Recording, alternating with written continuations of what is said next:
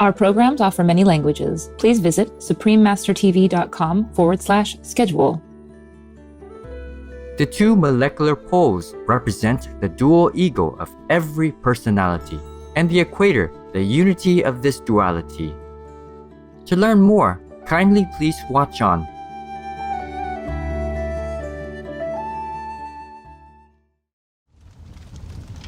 No to vegan? 'Cause the hell list is long, but you can still fit in.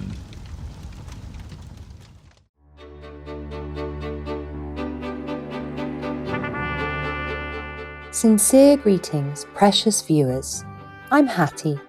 The resourceful people of the United Kingdom admire your tireless endeavours to benefit the lives of our animal friends.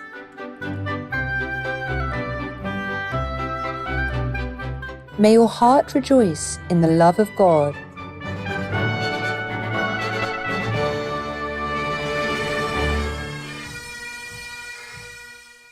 Dr. Anna Kingsford, an insightful English theosophist of the 1880s, was said to be clairvoyant from the time she could speak. She herself felt that she came from the fairy realm and was given permission to be born as a human being so as to carry out her destiny. At the tender age of 13, Anna wrote the book, Beatrice, A Tale of the Early Christians. Her early wisdom can be seen in the following excerpt. How foolish are they who seek to promote their own comfort by making it their sole study. They lose the very object of their desires and invariably render themselves restless and unhappy. While maintaining her spiritual and vegetarian interests, Anna Kingsford became a doctor. Not only was she one of the first female medical doctors in England, she graduated from medical school without experimenting on any animals. The subject of her medical degree thesis was vegetarianism and ethics. This led Dr. Kingsford to the writing and publishing of a well-received book, The Perfect Way in Diet. Dr. Kingsford continued with her inner spiritual and mystical experiences, which she documented in several books, in collaboration with longtime friend Edward Maitland. She also became known as an outspoken animal and women's rights activist. In The Perfect Way, or The Finding of Christ, the spiritual values of Christianity and Theosophy are merged to identify the Christ principle which everyone is capable of discovering within.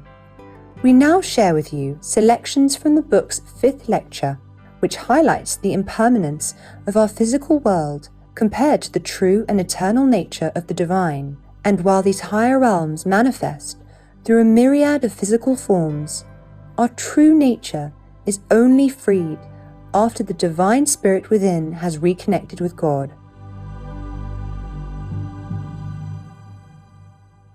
The 5th lecture, The Constitution of Existence, Part 3.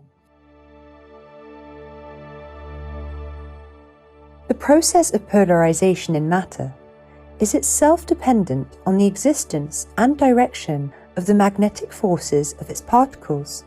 Science has demonstrated the presence around every material molecule of particular currents which, before magnetization, are indeterminately and heterogeneously directed and mutually antagonistic, but which, after magnetization, circulate in such a manner that not only do all assume the same direction in parallel planes, but their central points are also all disposed in linear series parallel to the axis of the entity to which the molecules belong, which thus becomes a system of circular currents equal and parallel throughout its mass.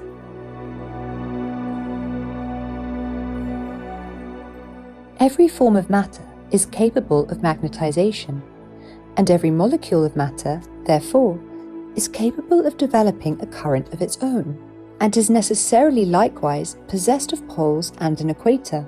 These poles, which before magnetization are heterogeneously directed, assume under magnetization such a position as to form continuous lines of rays, and the contiguity of the positive pole of every molecule to the negative pole of its immediate successor constitutes the series a chain of magnetic attraction. That which is, in physical science, the magnetic current inherent in every molecule of matter is, in Hermetic science, the will of the microcosmic individual. The two molecular poles represent the dual ego of every personality, and the equator the unity of this duality. In the system of the unregenerate man, there are many elementary wills, all mutually antagonistic and destructive, the mind warring against the heart, and the senses against the intuition, so that the man is, as it were, torn by contrary winds and carried hither and thither by diverse passions. And of this condition, the result is first spiritual disease, that is, sin, and finally death, that is, dissolution.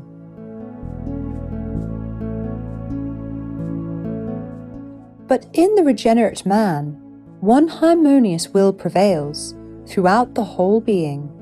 Because of every element therein, the will, which is the spirit, operates in one direction, causing every elementary ego to polarize itself centrally, and thus producing throughout the whole system a regularized series of molecular currents, of which the resultant collective current is the will of the man himself.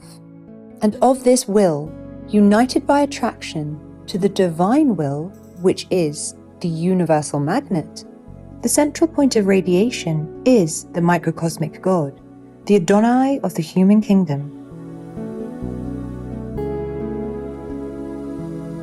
Himself, the express image of the infinite personality. Such is the condition of the man regenerate and redeemed.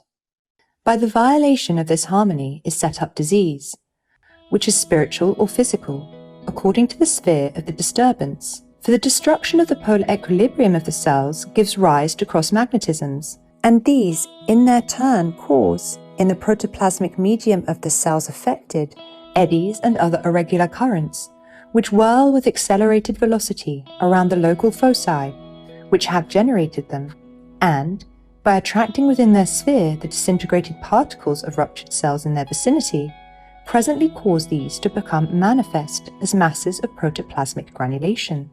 Such also is the generation of the astral incubi and ephemera.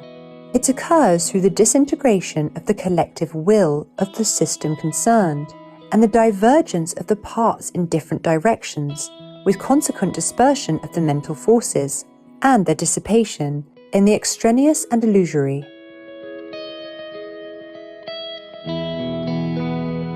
Neither disease nor death, in the ordinary meaning of the word, could reign in a perfectly polarized entity, as neither sin nor weakness could be manifest in a soul perfectly harmonized with and obedient to the divine will.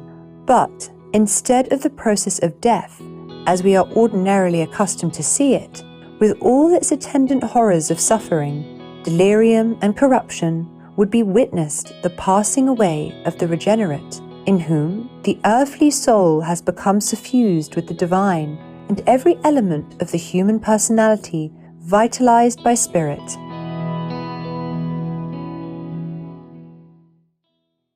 The Buddha Gautama, when dying, said to his disciples, "Beloved, that which causes life causes also death and decay."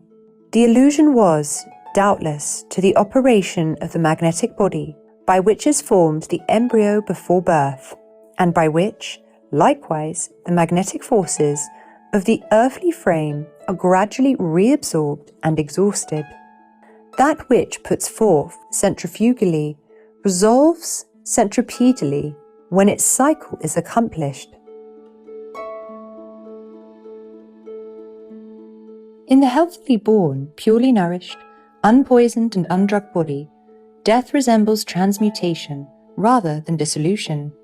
Disintegration of the organism ensues as a result not of any pathological process, for that would imply physical sin of a mortal kind, but of the gradual withdrawal of the animal life into the magnetic and consequent gradual reinforcement of the latter, precisely as in the cell about to disintegrate, its protoplasmic contents are seen to become better defined, and to increase as, simultaneously, their containing capsule becomes more tenuous and transparent. And where the astral, or merely protoplasmic, has itself been in great measure transmuted into psychic substance, the process implies necessarily a reversion from the material to the spiritual plane. In such wise have passed away most of the saints and holy men of all lands, and with a dissolution of this kind, the relations of the redeemed soul with matter may terminate altogether. It is the consummation of the redemption from the power of the body and from the sting of death, which is sin. Let me die the death of the righteous, and let my last end be like his.